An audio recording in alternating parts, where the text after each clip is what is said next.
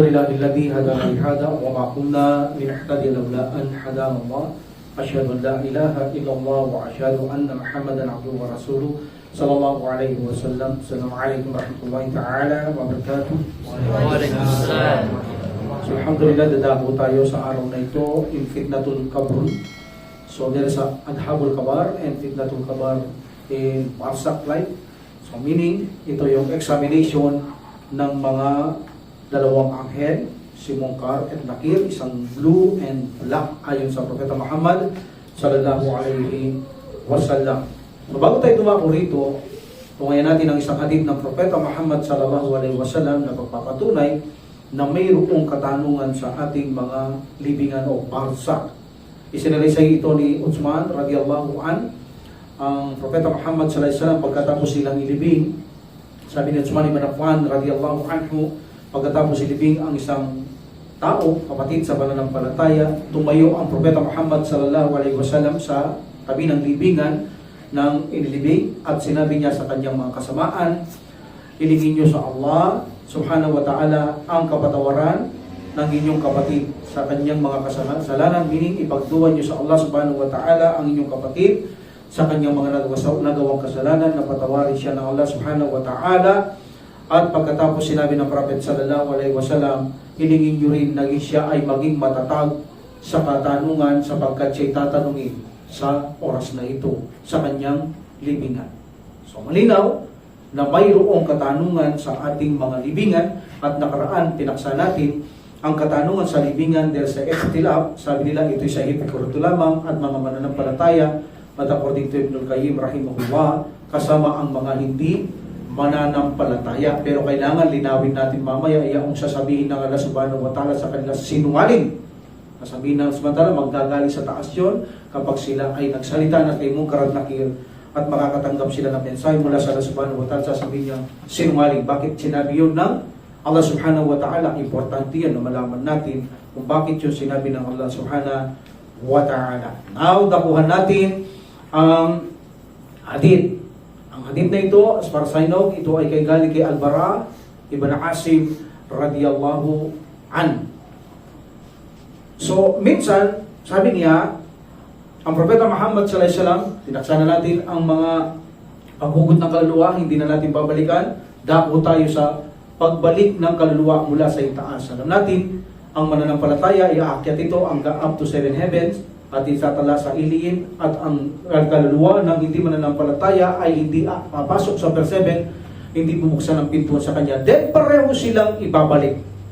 Okay? Pareho silang ibabalik sa kanilang mga katawan. At ang pagbabalik na ito, sabi natin, hindi talaga katulad ng pagbabalik sa mundong ito, but babalik ang kanilang talagang full memory. Sabi ng Prophet Muhammad sallallahu alaihi wasallam sa oras na yaan. Because tinanong siya ni Umar ibn Khattab radiyallahu an, sabi niya, ya Rasulullah, babalik ba sa tamang pag-iisip ang mga tao pag binalik na sa kaluluwa sa barsak? Sabi niya, naam. Babalik, sabi niya, even na yung huling hakbang ng nakipaglibing, sabi niya, yung huling sa isang atin, sapatos, sandalias, o kasuotan sa pangyapak, maririnig niya.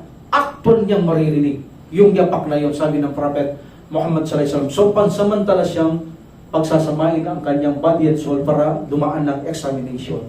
Okay? So, sabi niya ng Prophet sallallahu alaihi wasallam, darating ang dalawa, si Munkar at Nakir, kasi may ikhtilaf kung ito'y anghel o hindi anghel. No, gaya na sabi ko nakaraan, bakit sila tinawag Munkar at Nakir?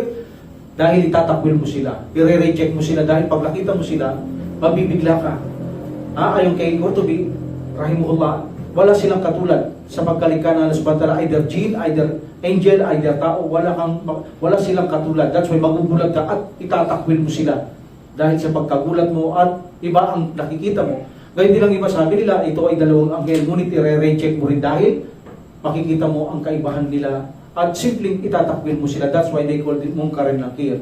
This is a black and blue Munkar and Nakir. No? May tila, either angel o hindi ito angel at wala kang mukha sa mga lirika, jinn man, tao o angel. So darating ito, sabi ng Propeta Muhammad sallallahu alaihi wasallam, darating ang dalawang ito, Munkar and Nakir. Okay? Pagbalik lang yung kaluluwa, doon pa lang darating ito maya-maya. Meaning maya-maya. Pag binalik na ng mga malaika, ang kaluluwa mo galing sa taas maya-maya. Meaning parang kang waiting. Para kang waiting. Naghihintay ka na kung ano ang mangyayari sa iyo. That's why merong isang sahaba, sa mga sahaba ng Prophet Muhammad sallallahu alaihi wasallam, sabi niya, nakiusap siya bago siya namatay. Sabi niya, wag muna kayo maalis sa libingan ko, sabi niya. Pag ako'y namatay, inilibing na, wag muna kayo aalis pansamantala hanggang katumbas ay kinatay ang kamelyo at naipamigay. Doon muna kayo, sabi niya, para makaramdam ako ng komportable sa aking libingan habang nag-iisip ako kung anong isasagot ko sa mga magtatanong sa akin. Meaning, habang iniintay ko sila at pagkatapos tatanungin ako, wag muna kayo umalis, sabi niya sa kanyang magkasamaan, pag nailibing na ako. So dito, pag binalik na ang kaluluwa, maya-maya doon sila darating. Meaning, para kang waiting. Hinihintay mo kung ano ang mangyayari sa iyo. And then, pagdating nila, aalugin ka nila. Aalugin ka niya. Meaning, yayanigin ka niya ng ganyan. Okay? At iuupo ka nila. Yayanigin ka nila at iuupo ka nila. Meaning, mayroon ng pagkakasama ang kaluluwa at soul. But according to Ibn al-Taymi, rahimahullah, at iba pa, hindi ito totally nakapasok ang kaluluwa. Actually, nakadikit lang para nakatouch para magkaroon ka ng bukay sa iyong body. And then, pag inupo ka nila, sasabihin sa iyo, ikaw na mananampalataya, unahin natin, bago ang hindi mananampalataya. At dadakuin ko ang mga ilang hadith para kompleto ito. Kasi kung isang hadith lang, yung iba hindi nabanggit. Kailangan dakuhan ko lahat ng hadith na sinabi ng Prophet Muhammad sallallahu alaihi wasallam. So, that's why dito tayo pumokus ngayon in fitnatul qabrun in this day. Sasabihin niya, sino ang iyong Panginoon? Muslim yung tatanungin. Sasabihin niya, ang Panginoon ko ang Allah. Matibay, matatag.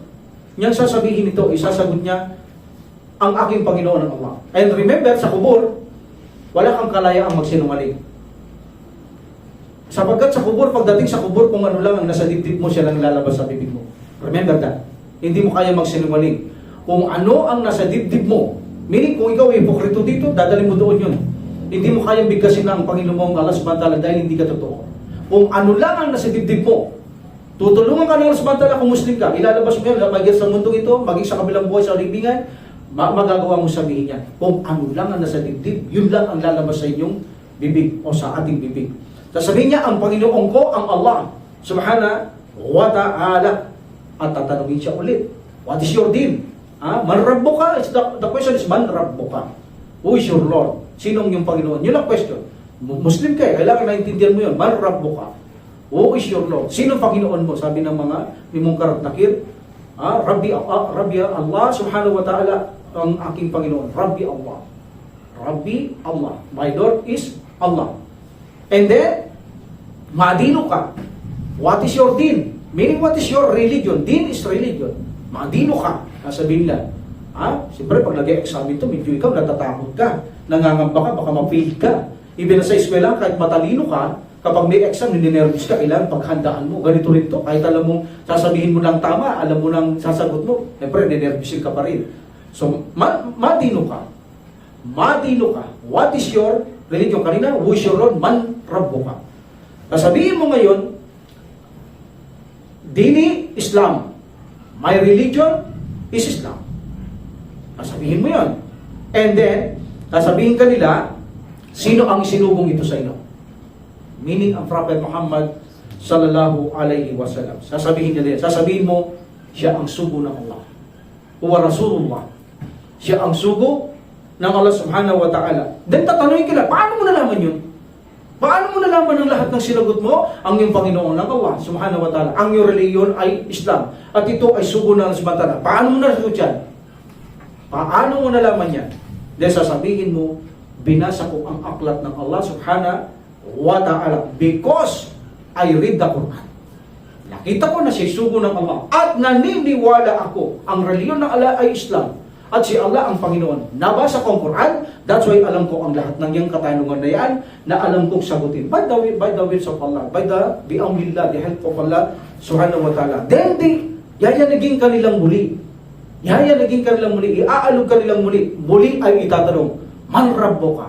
Allah. Madino ka? Islam. Mahadar Rasul. Who is this messenger? Muhammad sallallahu alaihi wasallam. O sinong taong ito? Huwa messenger, huwa Rasulullah. Siya ang sugo ng Allah subhanahu wa ta'ala. So, meaning, binabalik nila yung tanong hanggang sa pre mag-nervous ka doon. Okay? So, in this situation, mayroon darating na salita sa taas. Okay? Para hihintay din yung magkarat na yun eh. Yung mula sa taas hanggat hindi dumarating, di ka nila titigilan tatanungin doon paulit-ulit. Then darating doon ang boses ng Panginoong Allah Subhanahu wa Ta'ala at sasabihin niya, ang aking alipin ay nagsasalita ng katotohanan. So walang kalusog doon eh. Ang aking alipin ay nagsasalita ng katotohanan, bigyan siya ng kagamitan. Bigyan niyo siya ng kagamitan ng mula sa paraiso. From Jannah, min Jannah. Bigyan niyo siya ng kagamitan mula sa paraiso, damitan niyo siya ng damit mula sa paraiso at buksan niyo sa kanya ang pintuhan ng paraiso. This is the life of Barsak o nasa kubur ka. And then, tatanggap ka ng panustos kay Allah Subhanahu wa Ta'ala at pabango. Mabangong magbango, bibigyan kang pabango doon sa iyong libingan. At pagkatapos nun, ang iyong libingan ay lalawak. So sa isang hadith, hindi ganun muna. Kaya kung kailangan kompleto ang hadith dito lalawak lang. Meaning lalawak, 70 cubics. Okay? Sabi kasi ng iba, abot ng yung tanaw. No. Nakalagay sa hadith, 70 cubic. Width and length, or 70 feet naman sa isa. Meaning malawak na yun. 70 feet? Malawak na 70 feet. Ganun lalawak ang yung kubur. O dito wala yung ilaw, wala yung, medyo tayong dalawang klaseng liwanag dito. So, iisa-isahin natin ang mga hadith para mabuo ang mga ito. Okay? And then, pagkatapos niyan, nabigyan ka nila ng kasuotan galing sa paraiso, pabango galing sa paraiso, mayroong kang panustos, mayroong kang lahat ng kabusgat, bibigay na alas mantala sa iyo sa libingan mula sa paraiso. Bubuksan ang pintuan ng paraiso para makita mo, malanghap mo ang bango ng paraiso. At may lilitaw sa iyo ng isang napakagandang mukha na nakaanyong tao, na nakaanyong persona, at ito ay lilitaw sa iyo na nakasuot ng napakagandang kasuotan, at siya ay mayroong napakagandang amoy na hindi mo kayang amuyin sa mundong ito. At sasabihin niya sa iyo, at sasabihin mo sa kanya, sasabihin niya sa iyo, ako ay nagbibigay ng magandang balita para sa ikagagalak mo. Sasalita siya. Ako ay magbibigay ng magandang balita para sa ikagagalak mo. Sabi niya, isang balitang pagtanggap mula kay Allah Subhanahu wa Ta'ala at hardin na walang hanggang tiyatahanan mo. So meaning, nagbigay ito ng magandang balita mula sa pagtanggap ng kapatawaran niya kay Allah Subhanahu wa Ta'ala at bibigyan ka ng halamanan, ninitirahan mo na walang hanggan. This is a paradise, okay? And then, sa araw na ito, sabi niya, sa araw na ito, ikaw ay pinapangakuan, ikaw ay pinapangakuan na kung saan ng isang magandang balita. Okay? Sabi niya, ikaw din. Sasagot mo ngayon, ikaw din na may bigyan ka ng magandang balita ng Panginoong Allah. So, nire-reply mo sa kanya yon. Pagkatapos kanya sabihin, ikaw ay binibigyan magandang balita. Ganon din sa iyo. Sana ibigyan ka rin ng magandang balita. So, ngayon, itatanong niya, sabi niya, sino ka? Napakaganda ng mukha mo, napakaliwanag, napakabango mo, napakaganda ng suot mo. Sabi niya, sino ka? Napakagandang kasama ka. Sabi niya, sasabihin niya, ako'y sumusumpa sa Allah. Ako ang iyong gawa. Meaning, ang gawa natin, mabuti o masama, magiging kasama mo sa iyong buhay sa Barsak. Remember, Barsak is the barrier of this life and day of resurrection. Iba ang kubur. O makakasama mo sa iyong kaburun o kubur ang iyong gawa at mag-aanyo ito ng isang persona. Kasama mo siya. Napakaganda. Sasabihin niya, ako ang iyong naging gawa. At alam ko, sumpa sa Allah, naging mabilis ka sa pagsunod sa iyong Panginoong Allah Subhanahu wa Ta'ala at naging makupad ka, naging mabagal ka sa pagsuway sa iyong Panginoon. That's why ang Allah Subhanahu wa Ta'ala ay gagagtimpala ang kanya ng mabuti. At pagkatapos, ipakikita muli sa kanya ang pintuan doon sa paraiso at ang isa ay pintuan sa impyerno. Pareho itong ipakikita sa kanya at sasabihin, ito ang impyernong apoy, ang iyong magiging tahanan. Magugulat ka, bakit ganon? Bakit impyerno magiging tahanan mo? Magugulat ka, syempre. Okay? kung sinuway mo si Allah. Ito sana ang iyong tahanan. Meaning, dahil hindi mo sinuway si Allah subhanahu wa ta'ala, sinunod mo si Allah subhanahu wa ta'ala, itong tahanan mong impyerno, pinalitan ng Allah subhanahu wa ta'ala ng, tingnan mo isa, paraiso. Yan ngayon ang magiging tunay mong tahanan. Instead na itong impyerno ang tahanan mo, dahil hindi mo sinuway si Allah, sinamba mo siya, pinalitan ng Allah subhanahu wa ta'ala, tingnan mo sa pinto. Sabi niya, yan na paraiso ang iyong magiging tahanan. Allahu Akbar. So meaning, doon pa lang sa impyerno, sa parais, sa kubur o barsak, malalaman na natin kung ano ang magiging kalagayan natin sa kabilang buhay. Ngayon, sabi ng Prophet sallallahu alaihi wasallam, the barsak is the station. First station before the resurrection. Kapag ang first station mabuti, lahat ay magiging mabuti na hanggang sa kabilang buhay. At sa ganito, sasabihin niya, O aking Panginoon, bilisan mo ang araw ng paghuhukom upang sa ganun ay makasama ko na ang aking mga pamilya. At sasabihin sa kanya, huminahon ka, calm down, calm down. Sasabihin sa kanya, doon sa kanyang barsak. Okay, that is the believers. Dako tayo sa unbeliever. And then the Prophet ﷺ said, kapag itinapon na, tatapon lang to hindi babalik, ibabalibag lang. Okay? Ibabalibag ang kanyang kaluluwa. Ba't dadapo ito kung saan ito nakalibing? Okay? Saan ito nakalibing? Dadapo siya doon. And then, maghihintay siya. Maghihintay siya, darating maya-maya si Munkar at Nakir. At siya ay iahalog at iuupo ng dalawang ito. Sasabihin lang, Man rabbuka. Malilito siya. Man rabbuka. Ipokrito ka. Hindi mo masasabing Allah. Di totoo yung sinabi mo dito. Even na disbeliever ka, narinig mo, hindi mo masasabi kung ano lang nasa puso mo, yan nalalabas sa bibig mo. Anong sasabihin niya? Alas-alas. Meaning, I don't know. I don't know. Hindi ko alam. Sinong Panginoon ko? Yun ang isasagot niya. Hindi ko alam ang Panginoon ko. Anong relihiyon mo?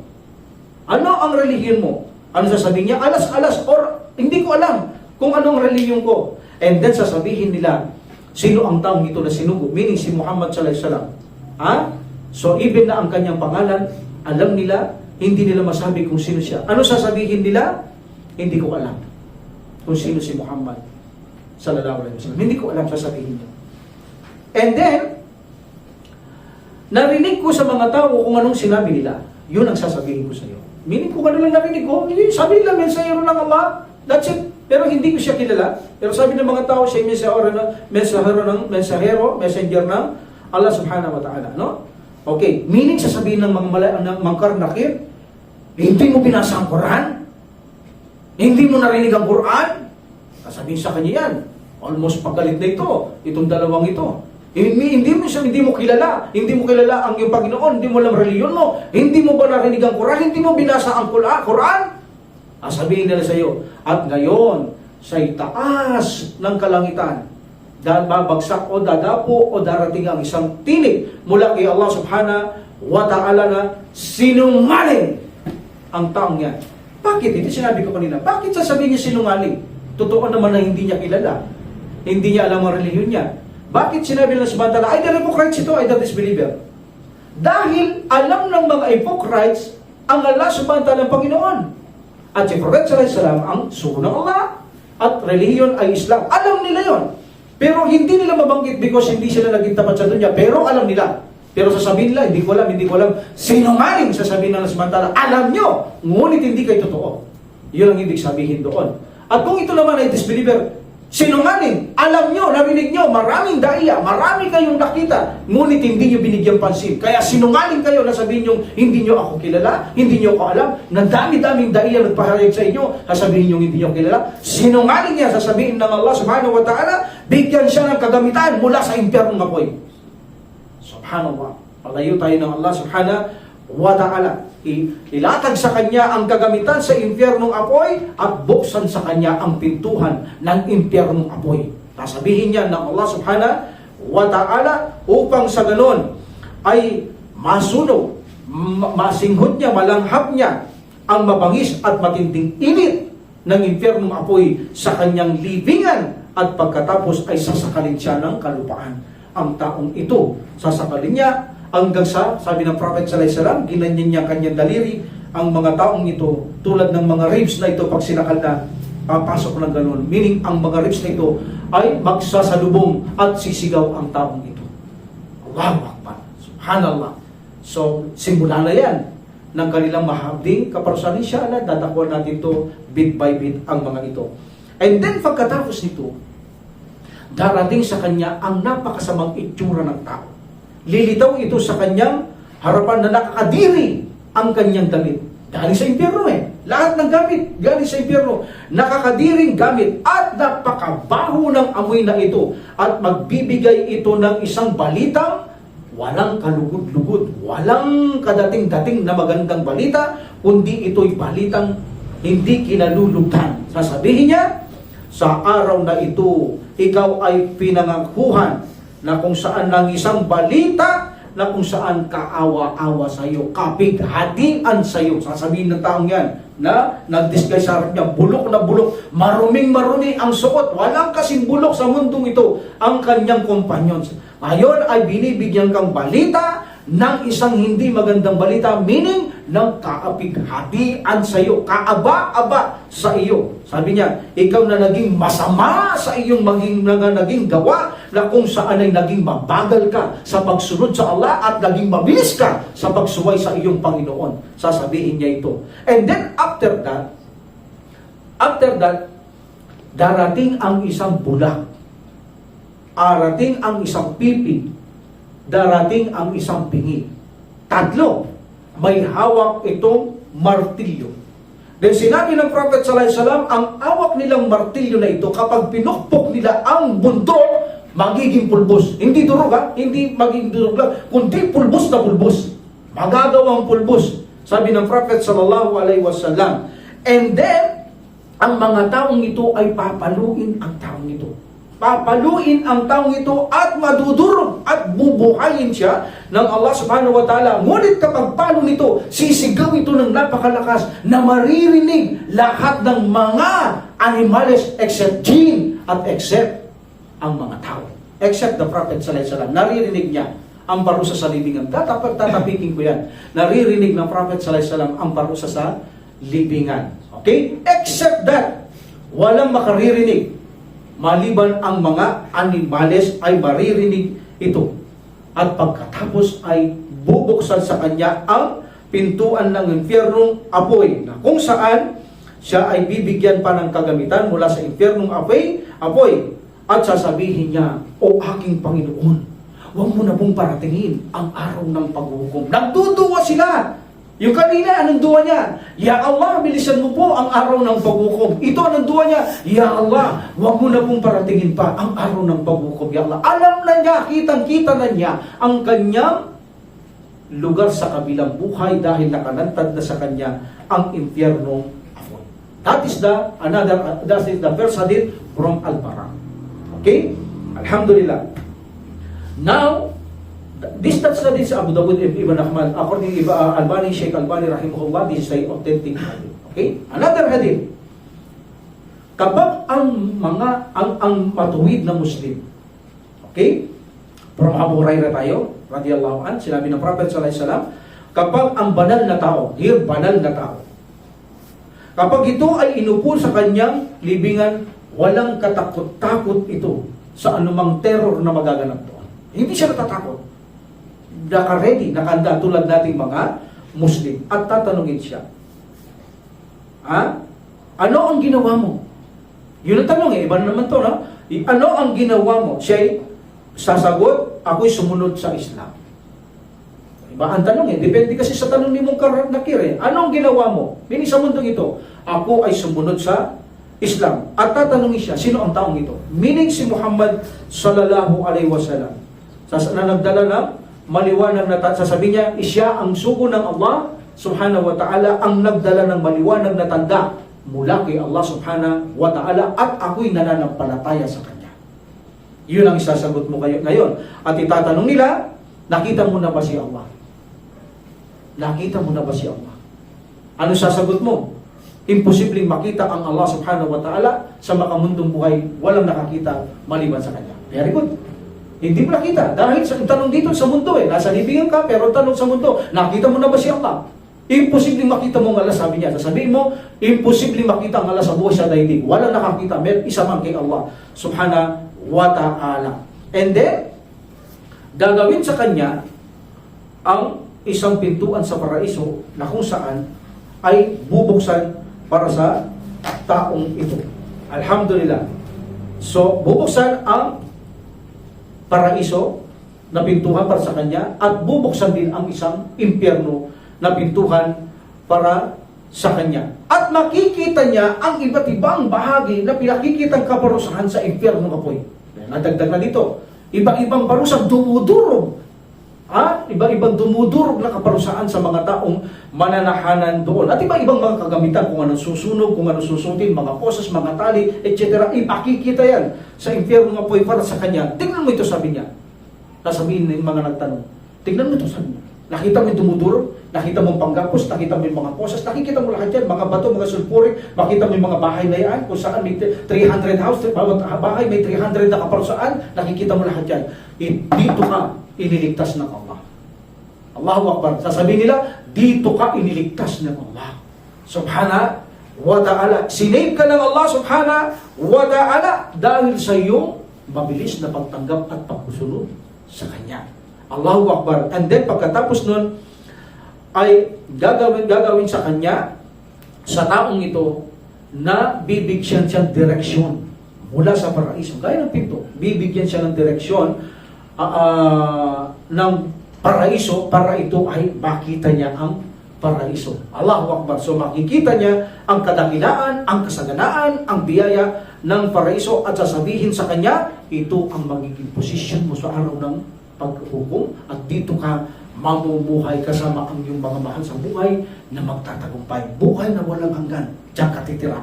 Tignan mo yan. Makikita mo dyan ang iyong tahanan. Yan ay gantimpala sa iyo ng Panginoon mo. Habang ikaw ay namumuhay sa barsak na ito, titignan mo ang iyong teritoryo pagdating sa araw ng paghukom. Yan ang tahanan mo. Kitang-kita mo na ang tahanan mo. Ipakikita na ng Allah subhanahu wa ta'ala.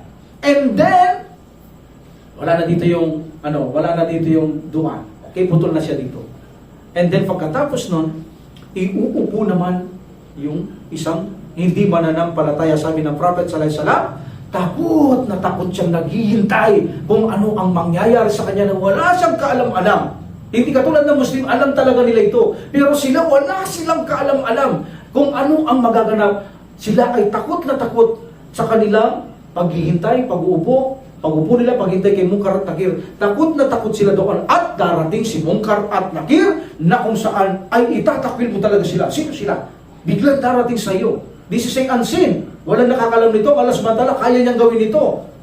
Remember, this is a unseen. Iba ng dimension ito. Wala sa mundo ito. This is a third state of the dimension. Iba ito. Okay? That's why, ang mga kaluluwa ng namatay, wala silang karapatan pumunta sa daigdig na ito. Nandun sila sa third, this is a second dimension. Our first dimension, doon sa sinapupunan ng ina, tapos ang dunya, tapos ang barsak. Wala silang karapatan pumunta rito. That's why, this is another daigdig, another dimension. Doon ito nangyayari, hindi dito sa mundo. Okay? Wala silang karapatan pumunta. Ang kaluluwa na bumalik sa mundo ito, walang karapatan. Kailan pa man. Kaya, nakapiging ko rin yan. Walang ghost sa Islam tulad ng paniniwala ng iba na mayroon mga ghost because paniniwala nila ang mga taong ito ay dumadanas o bumabalik sa dunya.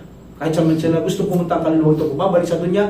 That's why the other Muslim or mga hindi mananampalataya, they believe na ang kaluluwa ay pumapasok sa tao, pumapasok sa ganito, kaya may ghost sila paniniwala, may mga taong paniniwala, bumabalik ang patay. Subhanallah. Tatapikin natin yan lahat. Inshallah, may karapan natin maging detalyado ito.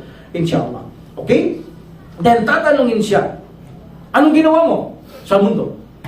Yung kanina tanong din. Sabi niya, anong ginawa yun sa Muslim kanina? Sinunod kong Islam. Siya ang sasabihin niya, I do not know. Hindi ko alam. Maladri. Sasabihin niya, hindi ko alam. Yun ang sagot niya. Tatanungin siya, sino itong taong ito? Itong lalaking ito, sino ta? Sasabihin ko kung narinig ko sa mga tao. At the same time, kung ano sinabi nila.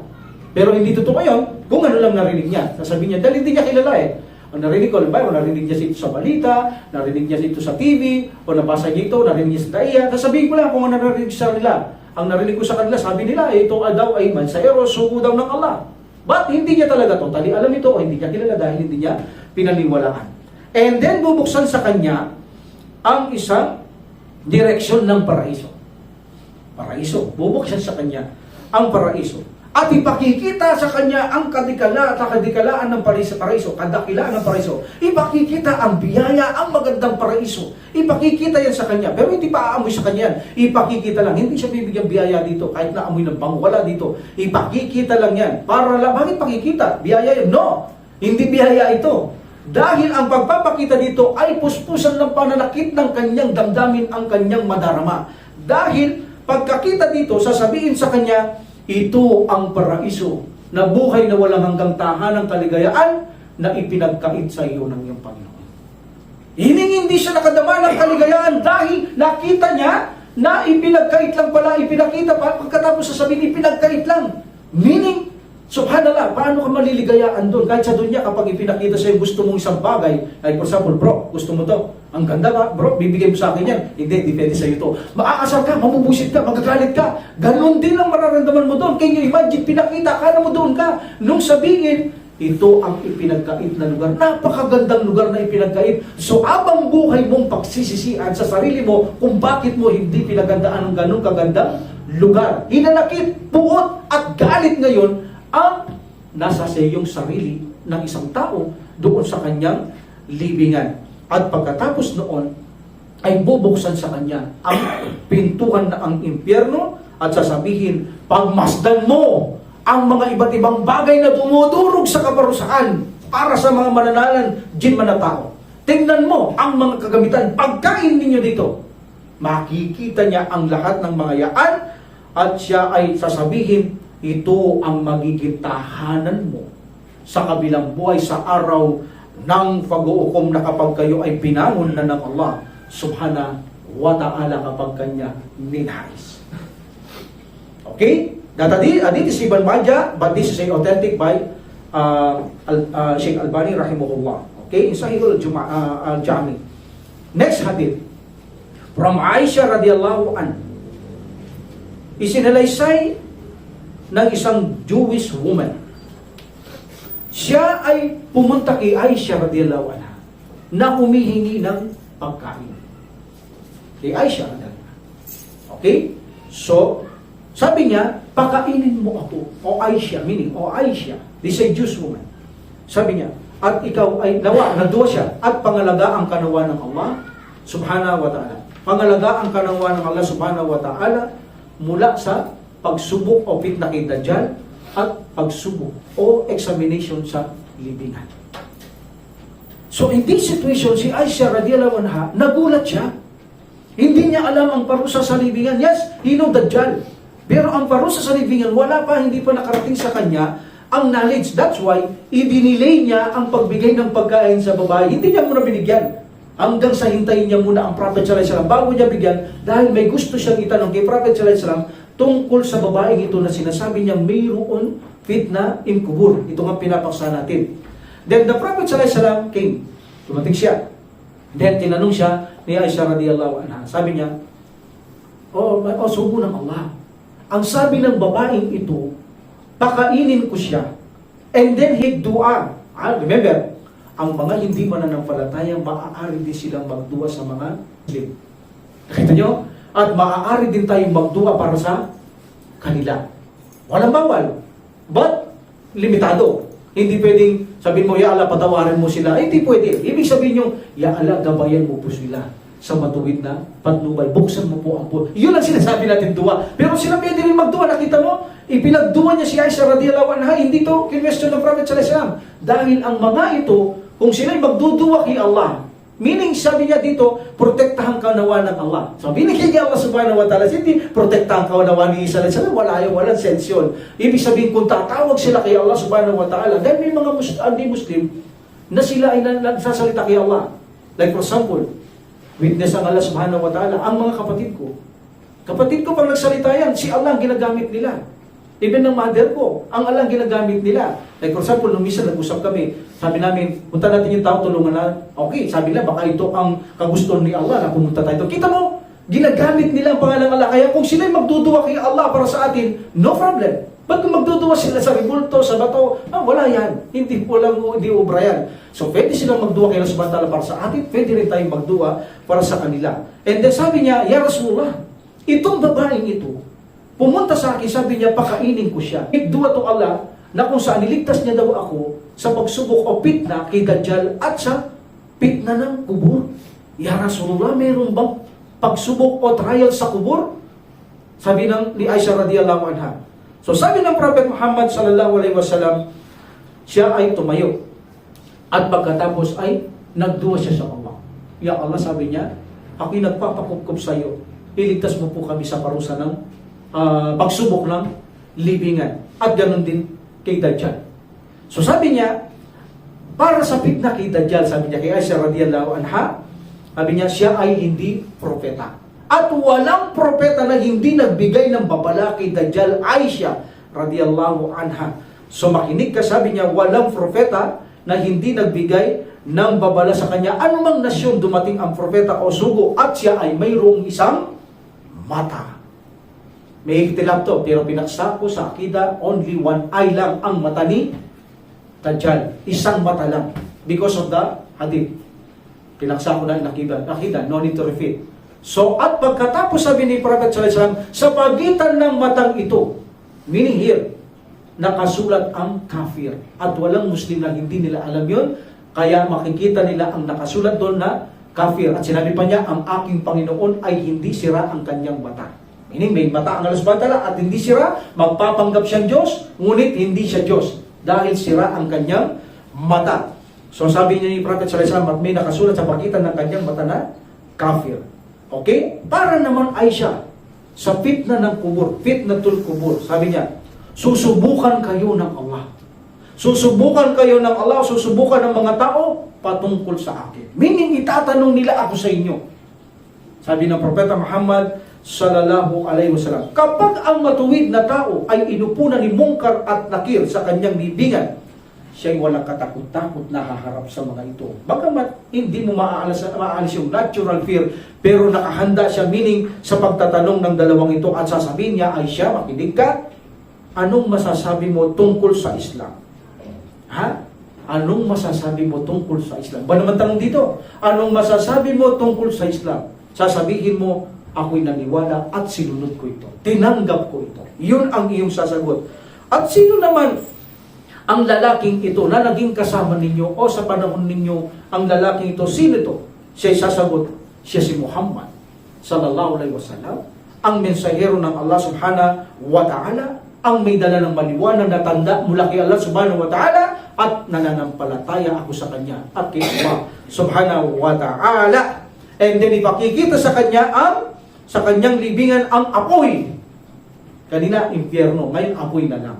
Ipakikita sa kanya ang apoy at ipakikita rin ang lahat ng parusa o kagamitan, mga pagkain, mga inumin, lahat. Ipakikita yan. Mayroong inumin na mga kung saan mga nana, dugo, mayroong mga kung saan pagkain, mga dari at iba-ibang pagkain na kung saan hindi makakatulong upang mapawi ang gutom ng tao. So iba-iba at mga sinusunod makikita. Ipakikita talaga sa kanya yan. At sasabihin sa kanya, tingnan mo to. Dito ka ililigtas ng iyong Panginoon. Dahil sa iyong pananampalataya, meaning sumunod ka sa Islam, tinanggap mo ang Allah at ang Prophet sallallahu alaihi wasallam, tingnan mo ngayon, iniligtas ka ng iyong Panginoon sa isang mabagsik at matinding tahanan ng mga talunan.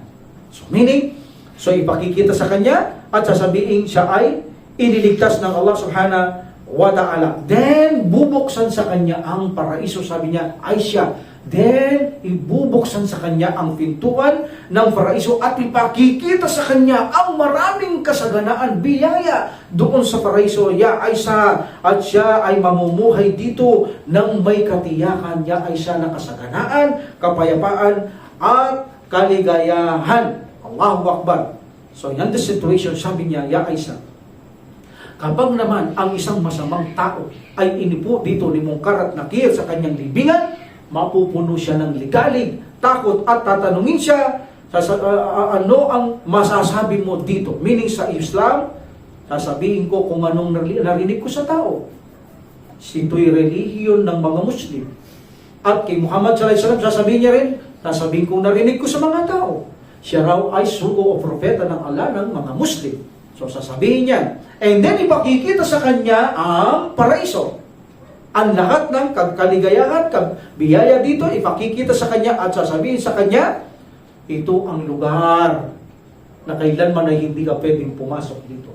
Ito ang lugar na ipinagkait sa iyo ng Panginoong manlilikha, na kung saan ay pinagmataasan at hindi mo tinanggap, hindi mo pinaniwalaan, tandisan mong pinagmataasan ang iyong Panginoon, kaya't sa ganito ay ipakikita ang impyernong apoy sa kanya at sasabihin sa kanya, pagkatapos makita ang lahat ng mga paghihirap at mga pasakit at mga gagamiting mga pagpaparusa sa mga mananahanan doon, ikaw ngayon ang magiging tahanan mo dito sapagkat ikaw ay namuhay sa mundo na puno ng duda mula sa iyong tagapaglikha na si Allah subhanahu wa ta'ala, at pagkatapos nito ay totorturin siya doon sa kanyang libingan. Ay siya sa kanya. Kaya't ako'y nagpapakukup sa Allah subhanahu wa ta'ala mula sa kaparusahan ng libingan. Meaning may parusa sa libingan. Alhamdulillah. So in this ayah, in this hadith, all of these are authentic, no? Are authentic, but iba-iba nga lang ang mga pinagsabihan ng Prophet Muhammad sallallahu alaihi wasallam here. Aisha radiyallahu an. Dako naman tayo kay Abu Hurairah, the third hadith. I think as far as I know, this is a fourth hadith. Kapag ang isang mananampalataya inilibing na to black and blue, ayan ha, black and blue, ang dalawang black and blue, here angels, nakalagay dito angels, darating sila, black and blue. Yun ang kulay ni Munkar at Nakir. Here in the hadith, they are angels. Darating sila. The name, sabi ng Prophet sallallahu alaihi wasallam, one of them is called, ang isa sa kanila tinatawag na Munkar, at ang isa ay tinatawag na Nakir. So tatanungin ngayon ang isang mananampalataya at sasabihin, sino ang lalaking ito? Sasabihin, meaning si Muhammad sallallahu alaihi wasallam, sasabihin niya, siya ay alipin ng Allah. Hindi mensahero. Abdullah. Siya ay alipin ng Allah subhanahu wa ta'ala at mensahero. At ako'y sumasaksi na walang karapat-dapat sambahin maliban kay Allah subhanahu wa ta'ala, at ako'y sumasaksi na si Muhammad ay sugo at alipin ng Allah. Allahu Akbar, la ilaha illallah wa asyhadu na Muhammad Rasulullah. So yun ang isasagot niya ngayon. Meaning, no, nakikita nyo, basta't ang sagot ay tama, anuman sa mga ito, walang problema. Maraming ibinigay o various explanation ng Prophet sallallahu alaihi wasallam na maaari nating isagot hanggat ito'y acceptable. Walang problema. Ha? Anong reliyon mo? Islam, ang aking reliyon at naniniwala ako sa reliyon ito na ito'y galing. Kahit dagdagan mo, walang problema yun. Basta ang sagot ay akma sa mga katanungan para matanggap ang iyong examination or fitnatul kubur. So sabi niya, ako'y sumasampalataya kay Allah subhanahu wa ta'ala, walang dapat sambahin maliban sa Kanya, at si Prophet sallallahu alaihi wasallam ay alipin at mensahero ng Allah subhanahu wa ta'ala. Ano sasabihin mo, Karnakit? Hindi ko inaasahan. Hindi namin inaasahan na isasagot mo yan. Hindi namin inaasahan na yan ay isa sagot mo. Now, sa ganito, ang kanyang libingan ay gagawin palawagin. 70 cubics ito. 70 cubics by 70. Ito sinasabi ko, meaning length and width. Maluwag na yun. Maluwag na yun. Okay? At may kasama ka doon, yung gawa mo. At may liwanag ka doon. May dalawang liwanag doon. Paliliwanag ko isang liwanag doon. Yung isang maliwanag at hindi masyadong maliwanag. Iisa-isay natin ang buhay sa libingan. Okay? And then, sabihin dito, hindi namin naasahan, nasasabihin mo yun. At kay panuluwagin ang kanyang libingan, 70 cubics to 70 cubics. At pagkatapos ay bibigyan siya ng liwanag. So, ayan na. Illuminated, nur, bibigyan na siya ng liwanag. Iba yung pushaton eh. Kapag-sigurin nyo. Kasi mayroon sa liwanag, may level ang liwanag. May liwanag kasi sa libingan na alam nyo ba yung paglubog ng araw? Yung takip silim na, mayroon din ganun liwanag sa libingan. That's a pushaton. Makikita yung nakakalibing doon na yun ang liwanag niya. So, pipilitan niya tumayo para magsala. Nasa libingan siya. Nagsasala ba ang mga tao sa libingan? Dadakuhan ko rin yan kung may nagsasala sa libingan, insyaAllah. So there's a pushatun, meaning yung kanyang liwanag ay agaw dilim. Pero nakakakita siya. Maliwanag. Okay na. Satisfy ka na. Di ba pag lumulubog ang araw, nakikita mo naman? Satisfy ka na. Pero iba ang nur. Talagang maliwanag na galing sa paraiso. Lalagyan ka ng liwanag ng Allah subhanahu wa ta'ala. Sabi ng Prophet sallallahu alaihi wasallam, mula sa paraiso, bibigyan niyang liwanag ang iyong libingan. Meaning maliwanag, hindi madilim. Hindi katulad ng mga disbeliever, sukdulang dilim ang kanilang lugar. Mahirap gumalaw pag madilim. Ito, maliwanag, bibigyan ka ng liwanag ng Allah subhanahu wa ta'ala, sasabihin sa iyo, matulog ka na. Patutulugin ka dun. At tatapigin ko rin, anong klaseng tulog naman to? This is a sleep from kubur, ha? Hindi katulad ng tulog dito ito. Tulog ito ng kubur. This is a kubur. Tatapigin ko rin to. Naumul kubur. Tulog ito sa kubur. How? Ang mga hindi mananampalataya, bawal silang matulog dito. Hindi patutulogin ng mga hindi mananampalataya dito. Ang mananampalataya, kapag pumasa na, sasabihin, matulog ka na. Matulog ka na. Sasabihin ng mga ito. Okay? Hindi, sabi niya, wag muna ako matulog. Pwede ba akong bumalik muna sa mga pamilya ko? Pakikiusap, balik muna ako sa kanila. Para naman masabi ko, ang ganda ng kalagayan ko dito sa libigan, paabot ko sa kanila. Para maging matatag sila, bigyan ko ng magandang balita, para sa ganun, magkaroon sila ng gantong buhay. Hindi, matulog ka na. Sabihin ng mga anghel, hindi, matulog ka na. Sabi ng mga anghel, matulog ka na. Okay? At matulog ka kanila tulad baga ng bagong kasal.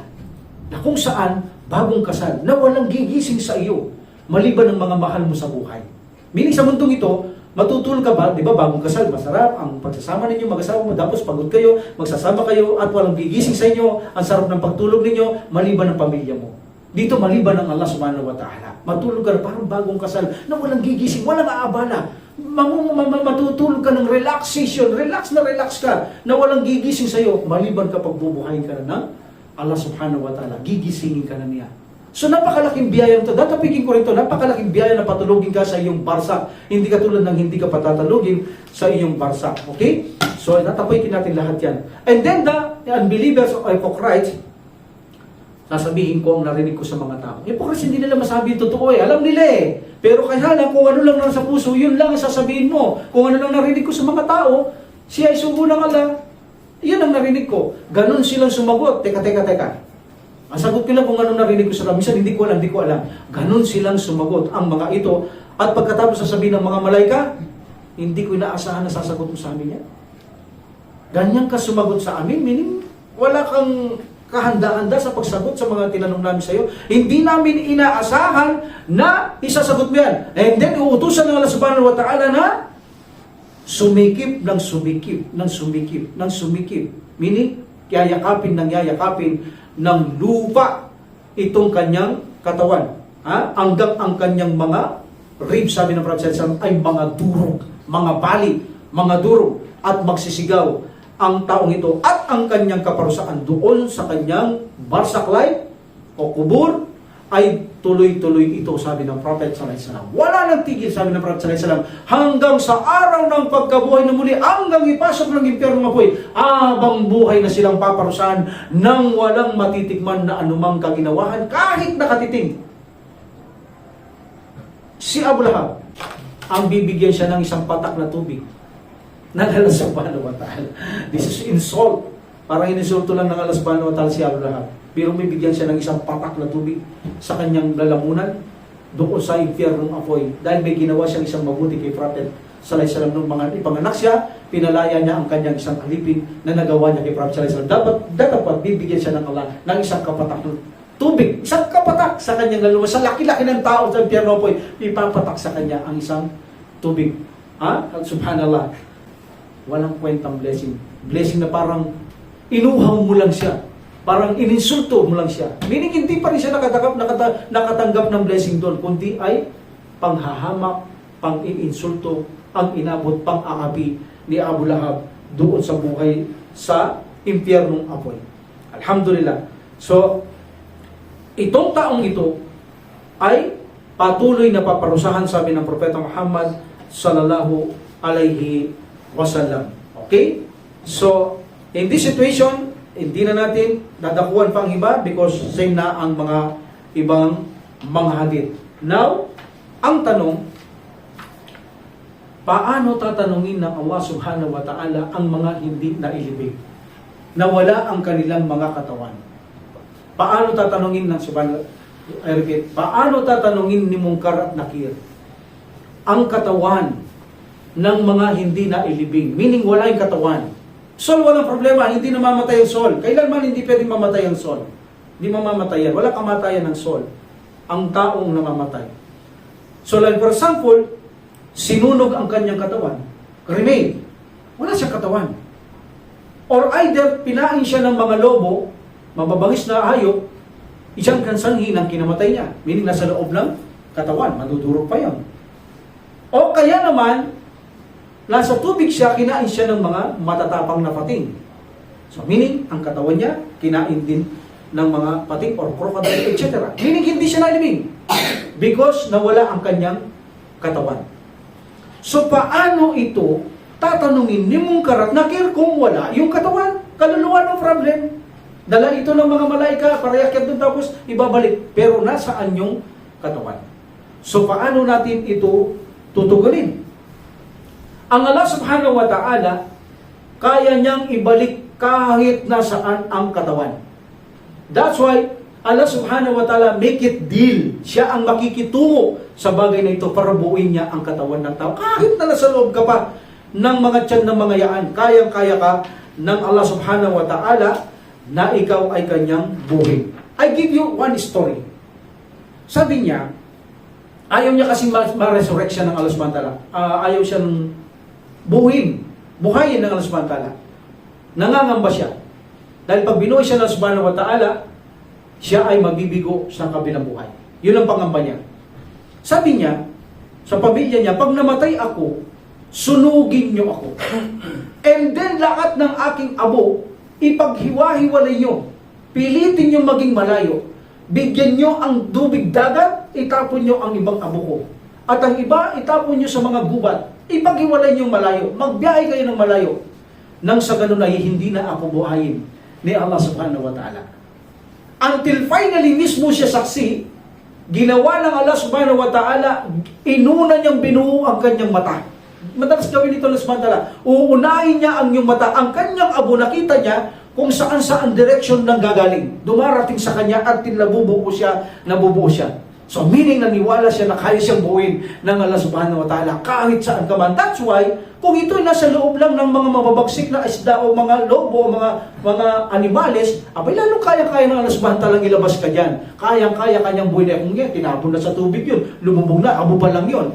Ay ito, kinain ka pa lang ng mga lobo, nandoon ka pa sa loob ng tiyan. Kayang-kayang gawin ng Allah subhanahu wa ta'ala na ikaw ay buuin niya at pagkatapos ay ilagay niya ang iyong kaluluwa para tanungin ni Munkar at Nakir.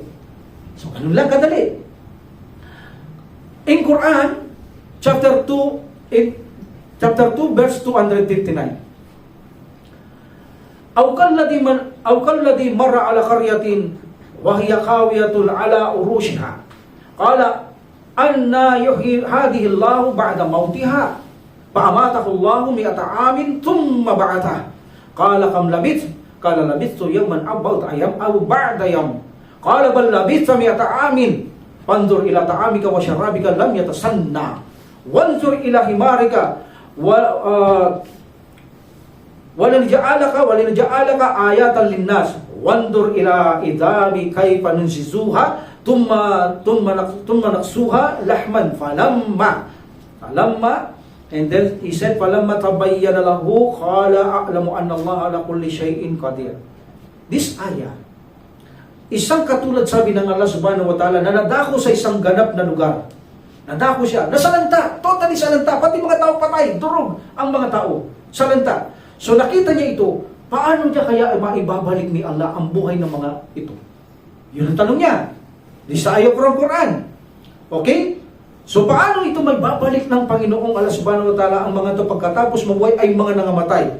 Kaya pinangyari ng Allah subhanahu wa ta'ala na siya ay pinatay ng Allah subhanahu wa ta'ala. Mismo siya pinatay niya.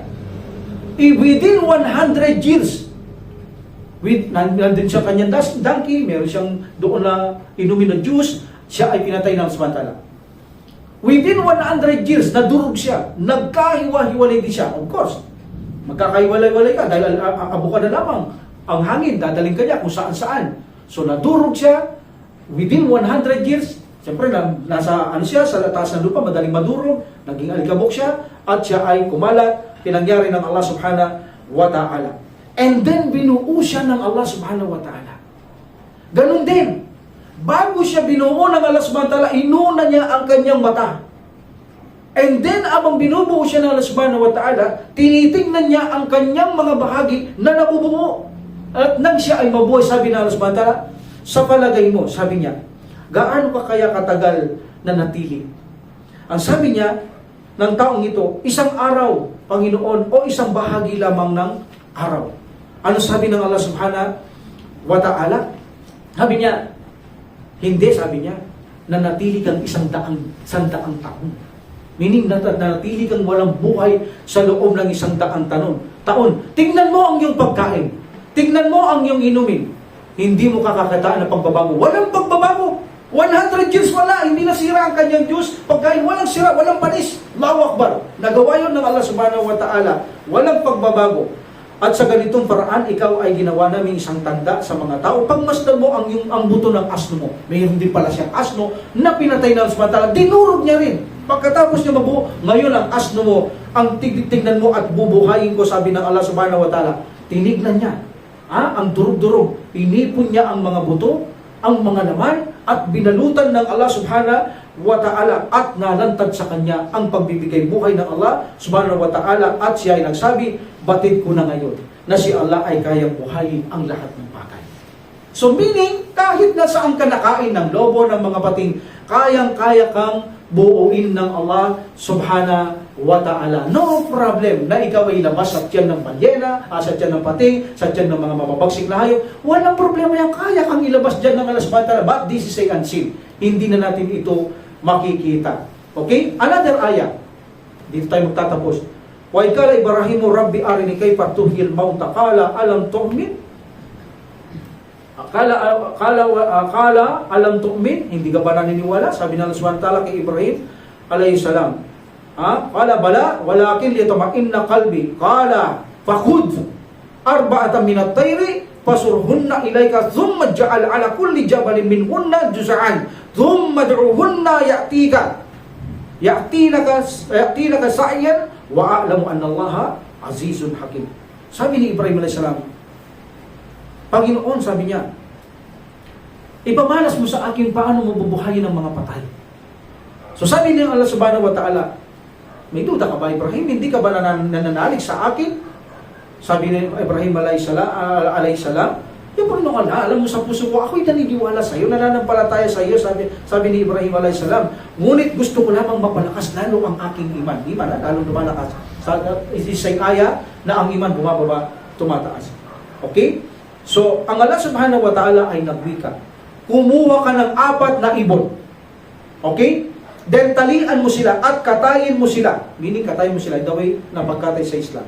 Okay? At pagkatapos, hatiin mo sila ng maraming piraso. Sabi na sa bantal, durugin mo sila. Hatiin mo sila sa maraming piraso. At pagkaraan ay pumunta ka sa mga bundok. Imudmud mo. Kasi bundok mo gusto, imudmud mo ang mga kanilang mga pirasong katawan na ito. At huwag mong, meaning ang kanilang ulo hawak ni Ibrahim. Huwag mo itong aalisin. Hawakan mo, dito sa istoryang ito, hindi nakalagay, pero hawakan ni Ibrahim alayhi salam ang 4 na ulo ng mga ibon na ito. Alhamdulillah. So, pinag-utos ng Allah subhanahu wa ta'ala na dalhin sa mga bundok ang kanyang mga kinatay na mga karni na mga ito. And then tawagin mo sila, sabi ng Allah subhanahu wa ta'ala, at kadagli-dagli, darating sila sa iyo. So, nang tawagin sila ni Ibrahim a.s. ang ulo niya, ang 4 na ulo, 4 na ibon na sa kanya, tinawag niya. At nakita niya na lumilipad, nabubuo ang pakpak, nabubuo ang paa, nabubuo ang katawan ng mga ibon na kanyang inilatag sa iba't ibang bundok. At pagkatapos lumilipad sa harap niya ng walang ulo. At kapag ibinibigay ni Ibrahim a.s. ang ulo na mali, hindi kinukuha ng ibon hanggat hindi tama yung kanyang ulo. Allahu Akbar! In this ayah, 2 ayah sa Quran, napakatindi kung paano niya binigyang buhay ng Allah subhanahu wa ta'ala ang mga pinagdurog-durog at pinag-iwalay-walay. Hindi yung pa kayang kinain lang ng mga pating, kinain ng masamang animalis, ang hindi kayang buhay ng Allah subhanahu wa ta'ala. That's why ang sagot, kapag ang mga tao hindi nalibing sapagkat sila'y nakain ng pating, na-cremate, ng mga kinakain ng mga sawa, na malalaking sawa, mga mabagis na hayop, in this situation, ang Allah subhanahu wa ta'ala ang makikitungo, nabubuhin niya ang katawan. But this is a unseen, at pagkatapos ang kaluluwa ay babalik. Kung ito ay matuwid na Muslim, nabanggit natin mga hadith. Kung ito ay hindi naman mananampalataya, nabanggit natin ang hadith. Same. This is a place of Barsak. Nasa Barsak, The barsak is the barrier of this world and the day of resurrection. Meaning, hindi lang sa libingan. Even na sa taas ng kalupaan, hindi ka nalibing, kayang-kaya kang tanungin yung Munkar at Nakir because nasa life of barsak ka, another dimension. Alhamdulillah. Because, totoo naman nito, alanos best, ang kaluluwa ay maaring balik sa libingan, umaakyat baba ang mga kaluluwa natin. Darating ako rito, umaakyat baba ang kaluluwa, pwedeng umakyat, pwedeng bumaba. Like ang pagtulog natin, umaakyat, bumabalik sa katawan. According to Ibn Taymiyyah rahimahullah, and this is a majority na kanilang agree sila kay Ibn Taymiyyah rahimahullah na ang kaluluwa sa barsak ay pwedeng umakyat sa taas at bumalik sa kanyang katawan sa libingan. But according to others, mananatili lang sa libingan ng kaluluwa ng mga tao except the Prophet sallallahu alaihi wasallam. Nasa pirapikil Allah siya to the mga highest group. Pagkatapos paradise, ang mga martir nandoon ang kanilang mga kaluluwa. So darating din ako siya sa mga kaluluwa kung saan nagpupunta ang kaluluwa ng mga tao after this question. I think after this series, susunod yung saan pupunta ngayon ang mga kaluluwa after na fitnatul qabr.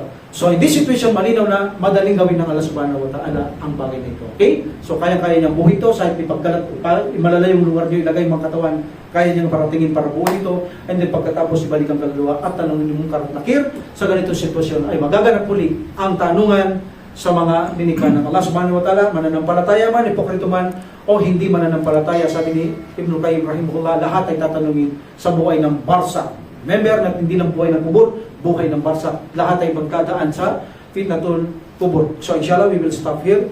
Wa akhiru da'wana alhamdulillahi rabbil alamin wa salatu wa salam ala rasulillah subhanaka allahumma wa bihamdik asyhadu an la ilaha illa anta astaghfiruka wa atubu ilaik. Assalamu alaikum warahmatullahi taala wabarakatuh.